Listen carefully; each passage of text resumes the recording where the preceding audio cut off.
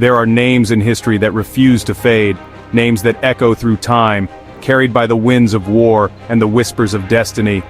And among them, one name stands above the rest: Alexander. Imagine a world where empires clashed like titans, where kings weren't just rulers but warriors, where the fate of civilizations rested on the edge of a sword. Now, picture a young man, just 20 years old, standing at the helm of an army that would shake the very foundations of the world. This is the story of Alexander the Great, the man who conquered the unconquerable, the warrior who never lost a battle, and the legend who built an empire that stretched from Greece to the edge of India. But who was Alexander really? Was he a visionary, a genius, a hero, or a ruthless conqueror driven by ambition and an insatiable hunger for power? His journey is one of epic victories, impossible odds, and betrayal lurking in the shadows. It's a tale of courage, of strategy, of blood-soaked battlefields where thousands fell in his name. But make no mistake, Alexander's story isn't just about war. It's about legacy, about how one man's ambition shaped the course of history itself. But was he truly great, or was he simply a product of chaos, a king whose empire was doomed the moment he took his last breath? Today, on History Horizon, we step into the past, where spears clashed against shields, where the cries of warriors filled the air, and where Alexander set out to carve his name into eternity. But before we dive into his legendary battles, let's go back to the beginning, back to the lands of ancient Greece, where a boy was being forged into the greatest military leader the world had ever seen. Before he was Alexander the Great, he was simply Alexander of Macedon, a prince born into a world of war and power struggles. His father, King Philip II, was a military genius who turned Macedonia into a war machine. But young Alexander wasn't just raised for battle, he was educated by none other than Aristotle, one of history's greatest philosophers.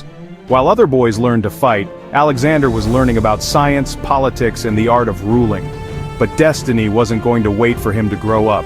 At just 20 years old, tragedy struck. His father was assassinated under mysterious circumstances. Some say it was a political plot, others whisper that Alexander himself might have played a role. Whatever the truth, one thing was certain: Macedonia needed a king, and Alexander was ready. But not everyone saw him as a rightful ruler. Greek city-states like Thebes and Athens saw a young, untested king and smelled weakness. Big mistake. Alexander crushed Thebes with such brutality that the entire city was burned to the ground. Message received: challenge Alexander, and you will be erased from history. Now that Greece was under his control, Alexander turned his eyes to something far greater: Persia. The Persian Empire was the superpower of the ancient world, a kingdom so vast that it stretched from Turkey to India. Its ruler, King Darius III, had wealth beyond imagination, and an army that dwarfed Alexander's forces. But Alexander? He had something Persia didn't: an unstoppable strategy and an army that fought like gods. In 334 BC, Alexander did the unthinkable. He crossed the Hellespont with just 40,000 soldiers, invading the mighty Persian lands. His first test? The Battle of the Granicus River. The Persian army lined up behind the river, confident that they could crush the Macedonians before they even crossed. But Alexander? He didn't hesitate. He charged straight into the river, leading his men through a storm of Persian arrows and javelins. In the chaos, a Persian noble swung his sword at Alexander's head. The blade shattered his helmet, but Alexander didn't fall. He killed the noble in one strike and cut through the Persian ranks like a storm. Victory was his. Persia had just met its nightmare. Darius III wasn't going to sit back and watch his empire crumble. He raised an army of nearly 100,000 soldiers, double Alexander's numbers. The two armies met in 333 BC at Issus, a narrow battlefield where Persian numbers meant nothing.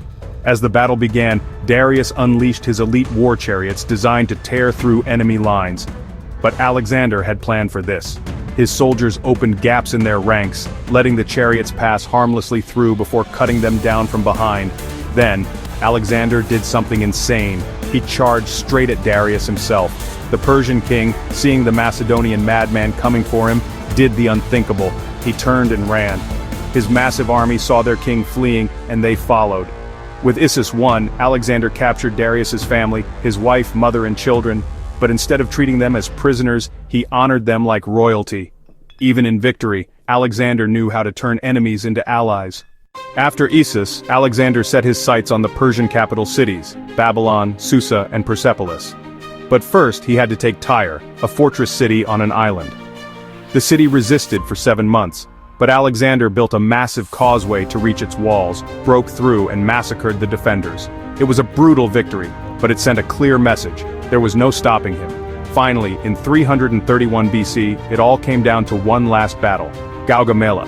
Darius assembled a new army, possibly the largest the ancient world had ever seen. He even had war elephants, something Alexander had never faced before. But Alexander had the one thing Darius lacked: flawless strategy. As the Persians tried to surround his army, Alexander faked a retreat, pulling their cavalry out of position.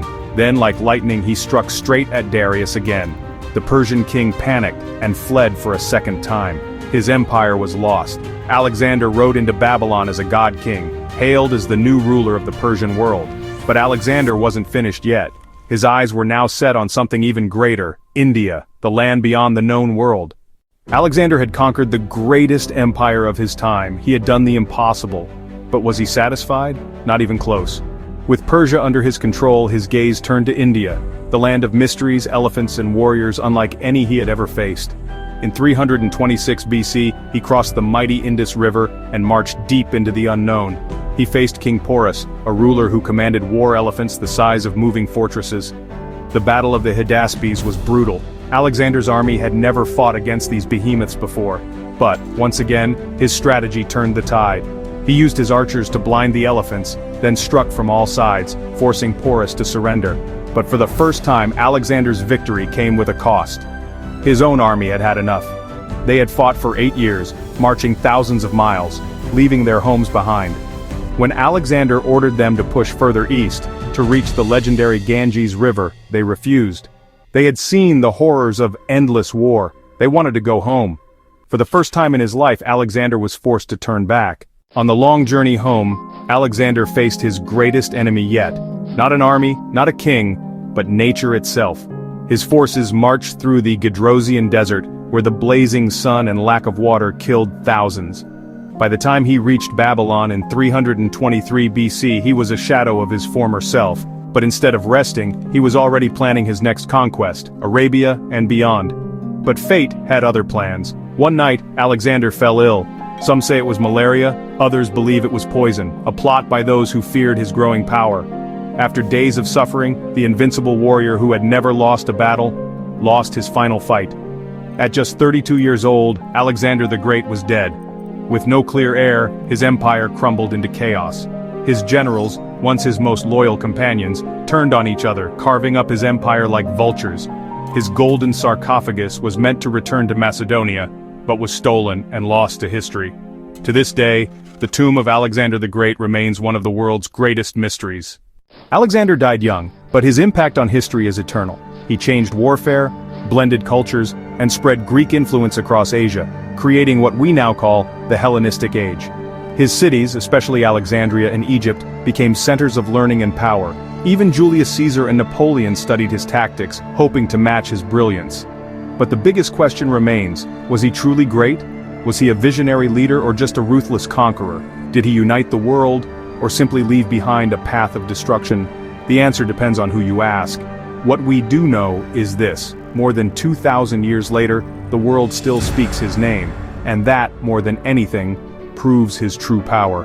This was the story of Alexander the Great, the warrior, the king, the legend.